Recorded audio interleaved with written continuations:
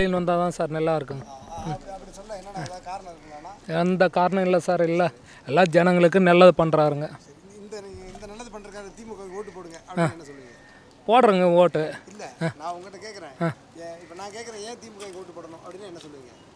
எங்களுக்கு எல்லாமே செய்கிறார் சார். இப்போ வந்து ரோடு போட்டுக்கிறாரு, பஸ் கொடுத்துக்கிறாரு, இலவச ரோடு பார்த்து இப்போ இந்த இடம் மட்டுமா இருக்குது, பைப் லைன் போயின்னு இருக்குது. அதனால் வந்து அவங்க போட்டவங்களே இது பண்ணல. வேறு என்ன நல்லதுன்னு நினைக்கிறேங்க, இதுதான் சார். வருது சார், வரலன்னு சொல்லுவாங்க, வர்றவங்களுக்கு வந்துன்னு தான் இருக்குது சார், இருக்கிறத தான் சொல்கிறேங்க. ஆமாம் சரி சார், அப்பவும் கொடுத்தாரு இல்லைங்க, இதில் கொரோனா டைமில் 4000 கொடுத்தாரு, இப்போ 3000 கொடுத்தாரு. இப்போ தேர்தல் வரும்போது கொடுக்குறாருன்னா அதுக்கு முன்னே எல்லாமே செஞ்சு நிற்கிறாரு, நல்லது கெட்டதெல்லாம் எல்லாமே பார்க்குறாரு.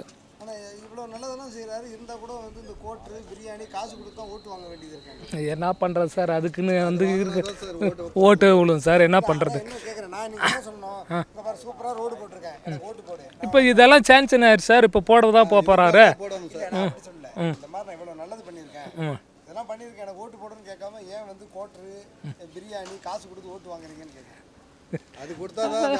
வேலை செய்கிறாங்க இல்லை கட்டி இல்லை சார், என்ன பண்ண அன்னைக்கு ஒரு நாளைக்கு கொடுத்து தான் ஆகணும். கரெக்டு தான், ஏன் கொடுக்குறேன்னா அவங்க இருக்கிற துட்டை எடுத்து கொடுத்தா தான் அங்கே போடுவாங்க செய்வாங்க, அப்படி நடக்குது, என்ன பண்ணுறது. அப்படிங்கிறது மிகப்பெரிய ஒரு மகிழ்ச்சி. ஏன்னா கரைப்படாத ஒரு கட்சி உண்மைதானே. எல்லா கட்சியிலையும் பார்த்தீங்கன்னா கமிஷன் ஒன்றும் இல்லைன்னா கமிஷனுங்கிற ஒரு கரையாவது இருக்குது. அது எதுவுமே இல்லாத முழுக்க முழுக்க மக்களுக்காக மக்கள் பணி செய்யணும், ஒரு அரசியல் மாற்றத்தை உருவாக்கணும் அப்படிங்கிற ஒரு ஆசையோடு இருக்கக்கூடிய ஒரு கட்சி. அந்த கட்சியில் கவுன்சிலராக இருக்கிறதுல எனக்கு மிகப்பெரிய மகிழ்ச்சி. கவுன்சிலராக இருந்து நிறைய பணிகள் செய்திருக்கிறேன், அளப்பரிய பணிகள் செய்திருக்கிறேன். எனக்கு விருது கொடுத்தது வந்து நன்கொடையாளர் அப்படிங்கிற ஒரு விருது கிடைச்சிச்சு. ஏன்னா என்னுடைய பகுதியில் அரசு நடுநிலைப் பள்ளி ஒன்று மூடக்கூடிய நிலைமையில் இருந்ததை மீட்டெடுத்து இப்போ வரைக்கும் 24 லட்சம் ரூபாய்க்கும் அதிகமாக செலவு பண்ணியிருக்கேன் அந்த ஸ்கூலுக்கு. ஒரு தடவையாக பண்ணதில்லை, தொடர்ச்சியாக ஒவ்வொரு தேவைகளின் போது பண்ணது. அப்படி செய்ததுக்காக நன்கொடையாளர் விருது கொடுத்தாங்க.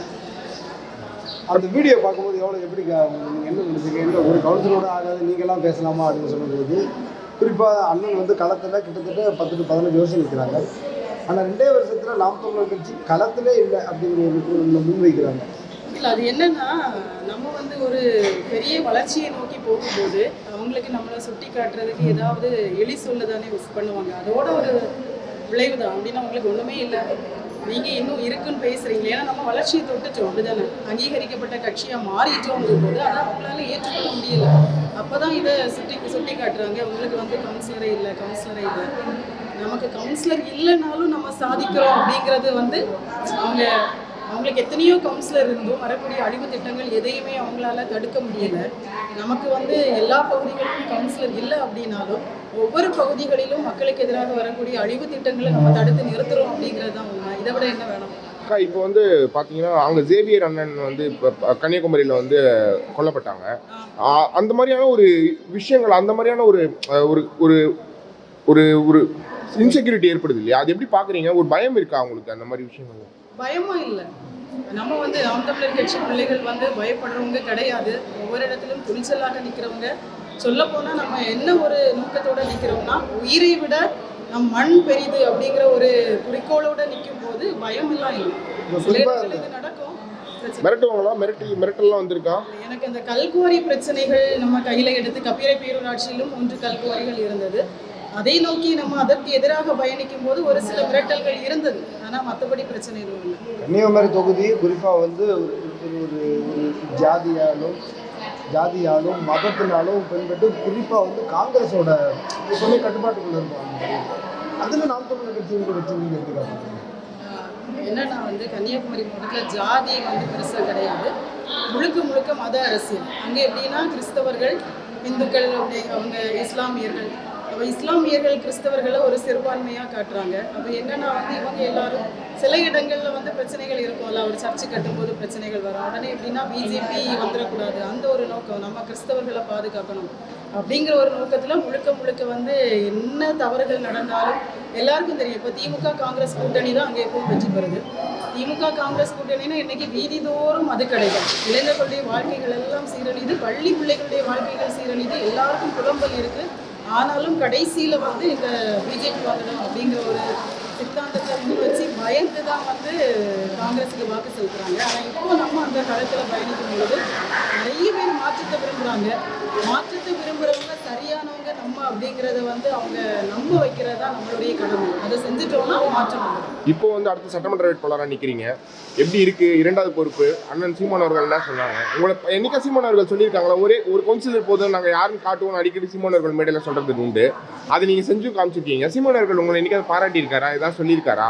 ஒரு சூழல்ல அண்ணாக்கு நான் அப்படி ரொம்ப அண்ணாக்கிட்ட நெருங்கி போறதில்ல. ஒரு சூழல்ல அண்ணாக்கு நான் குரல் பதிவு அனுப்பினப்போ சொன்னாலே உங்களை மாதிரி ஒரு ஆளுமைகள் உருவாக்கி வர்றது வந்து மிகப்பெரிய விஷயம் அப்படின்னு சொல்லிட்டு அண்ணா என்னை பாராட்டினாங்க. மற்றபடி பார்த்தீங்கன்னா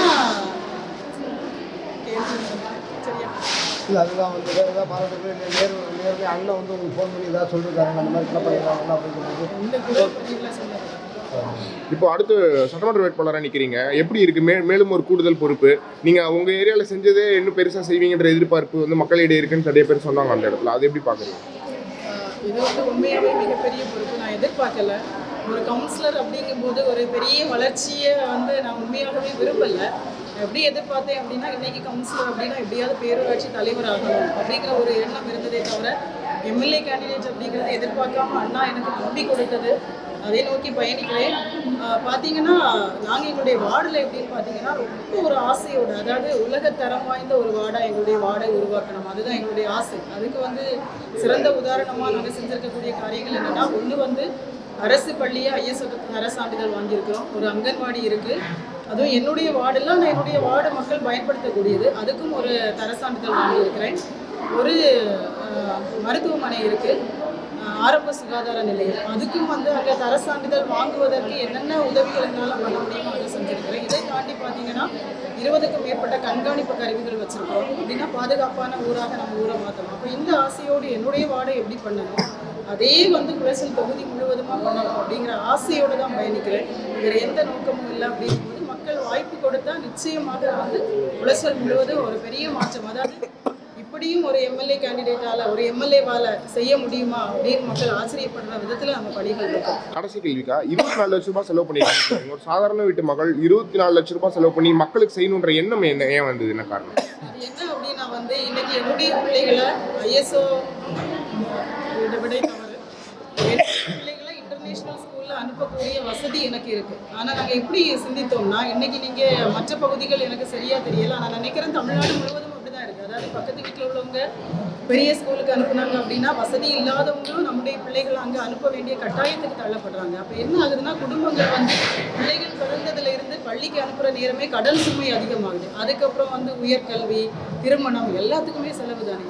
அப்போ நம்ம ஒரு தவறான உதாரணமாக இருக்கக்கூடாதுங்கிற முடிவுக்கு வந்தோம். அதனால என்னுடைய பிள்ளைகளையும் அதே அரசு பள்ளியில் படிக்க வைக்கிறேன். அப்படியா? ஆமாம், என்னுடைய பிள்ளைகளை அதே அரசு பள்ளிகளில் படிக்க வைக்கிறேன்.